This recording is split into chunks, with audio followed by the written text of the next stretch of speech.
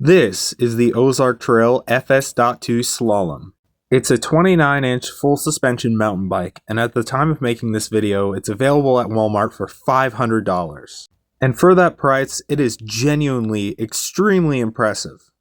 I mean, what other bike can you get for $500 that has suspension pivot bearings or a boost through axle? A lot of people are calling this bike a game changer, and I'm very inclined to agree. So let's do a little rundown on my Ozark Trail FS.2 Slalom. Alright, so unfortunately it's very cold outside and I couldn't film it for very long. It's like in the teens with wind chill. But I'm going to give you a little rundown of the bike. We're going to start up top and work our way down. So these are 31.8 diameter bars. I believe they're 730 millimeter width. Got about a 45-50 mil stem. Pretty standard modern cockpit. We got mechanical disc brake levers. We'll get to the actual brake calipers here in a bit, but these are pretty good. They're made out of aluminum, so they're not going to snap on you.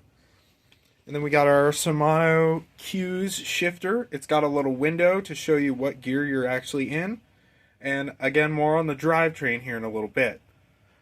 And as you can see, cable routing is actually pretty clean. We got your cable going to the rear brake and to the shifter. They all go on the same side of the frame, and your front brake just goes down, so pretty clean. And then we'll go to the fork next. This is an XCM30 by SR Suntour.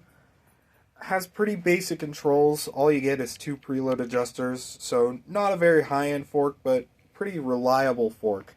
It's going to last you a long time, be neglect tolerant. It's got 120 millimeters of travel, 30 millimeter stanchions. Next, the front wheel. I guess we'll go over the tires. So they're both the same tire, front and rear. They're made by Kenda. They're just basic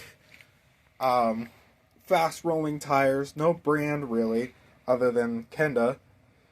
They're 29 by 2.35 inch, so pretty decent for a full suspension bike. You can probably go up to 2.6 up front. This front wheel is a quick release dropouts. And we'll get to the rear here in a minute, but just know that the front wheel is going to be pretty easy to take on and off if you need to get the bike in the back of your car or whatnot. We've got Presta valves on the wheels. These are 25 millimeter internal width rims, so pretty decent, nothing crazy. Let's go to the front triangle of the frame. This is a 65-degree head tube angle, so pretty slack.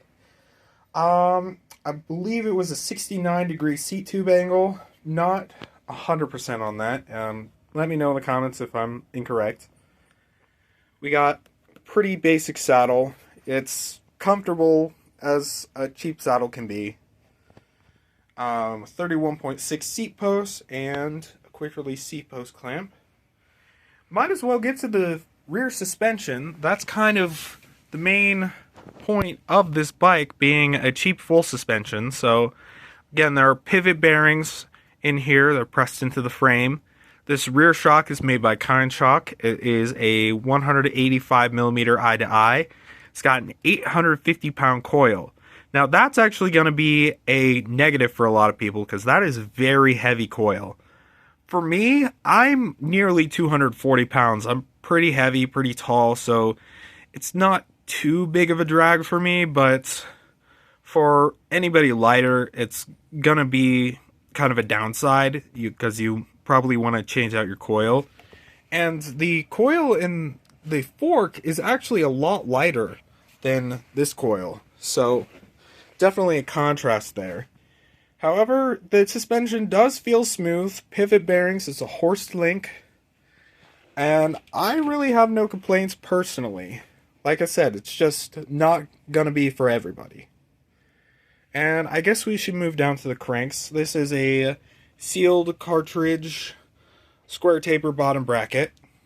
And we've got aluminum crank arms. I believe they're 170 millimeter. We've got a 30 tooth steel chainring. It's unfortunately riveted onto the crank arm, so if you bend that, you're basically going to have to buy a new crank set. Pedals, these are the ones that came on the bike. They're just cheap plastic pedals. They'll get you going, but these I would definitely replace ASAP. They're probably not going to last very long, just molded plastic. And let's go to the rear of the drivetrain. So this is Shimano Q's 9-speed. It doesn't have a clutch, but actually has pretty decent tension on it, so I wouldn't worry about chain slap too much. Not to mention you have a chain stay protector here, so let's go keep the noise down. The cassette is 11 to 46 tooth, so you got actually a pretty good amount of range, even though it is just a 9-speed. Personally, I don't think I'll be upgrading this because this is just fine for me. Plus, the derailleur is really cheap to replace if I ever break anything. Got your derailleur hanger right here. Actually, fun fact about this derailleur hanger, it's the same derailleur hanger as a 2015 nuke-proof Scout.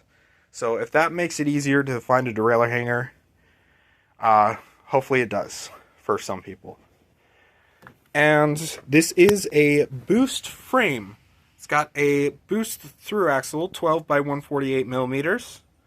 It's got mechanical disc brakes with 180 millimeter rotors, front and rear. But the boost is another very big selling point of this bike. You're really not going to find a $500 bike with a boost through axle, let alone a full suspension bike. It's just kind of unheard of at this price point, but Ozark Trail has done it. Overall, just an incredibly impressive build. And the frame is pretty good quality too. I mean, if you look at these welds, they're pretty good looking. And I have no concerns about the longevity of this frame or the ride quality. I've only been able to take it on a couple rides because it's been so cold. Pretty much just rides around my neighborhood. But feels great, you know. I've done a little bit of suspension testing, bouncing the bike up and down. It feels pretty good. This is, one more thing. This is a 2-piece rocker. So that's going to be a downside for some people. I don't really care too much, but it can make shock fitment a little bit more complicated. You might need to get some adapters if you plan on swapping out the shock.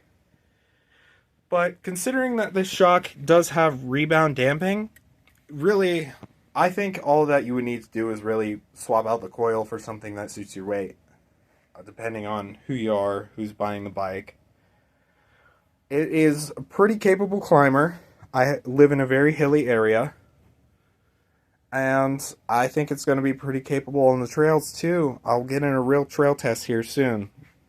But anyways, guys, thank you so much for watching this video, and I hope you're enjoying the new channel. I have another channel that's called Soggy Froggy, so if you want to subscribe to that, I upload a variety of content there. But if you can, like, subscribe, share, and I'll see you on the trails.